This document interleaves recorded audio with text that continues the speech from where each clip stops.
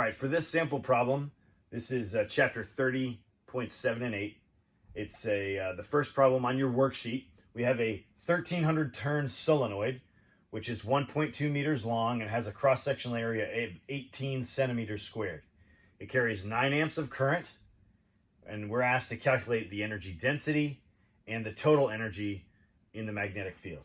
Okay, so the first thing we have to do is recognize the first problem is energy density, right? Which we have these two forms of, the total energy over the volume. We don't have the total energy yet. Or the magnetic field squared over 2 mu naught. Now let's go with that definition first, because we know that the magnetic field of a solenoid is mu naught I times little n, where little n is the number of turns over the length. Okay, so I want to sub that in. I'm going to say the energy density is mu naught times I times the number of turns over the length, that entire quantity squared, times 1 over 2 mu naught. So I get a mu naught squared and I squared, and total number of turns squared over the length squared, again our 2, and then a mu naught. So that mu naught can cancel with the 1 up top. I end up with an expression for the energy density of mu naught times current squared times number of turns squared over 2 times the length squared. Now we have everything we need to solve this problem. We know the current, we know the total number of turns, and we know the length. Now it's just a matter of plugging in the numbers. When you do that, we end up with an energy density of 60 joules per meter cubed. Remember, energy density is an energy per unit volume, so the units will be joules per meter cubed. Okay?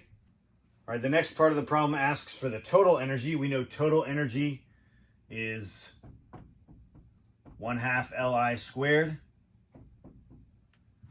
where the inductance of a solenoid is given by the following. So I'm going to sub in my inductance, 1/2 mu naught little n squared times the area times the length. I had to pull that up there, times the current squared.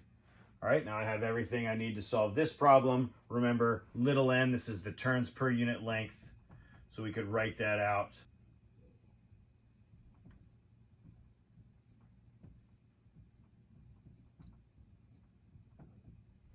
And when we do that, we get a total energy of 0.13 joules.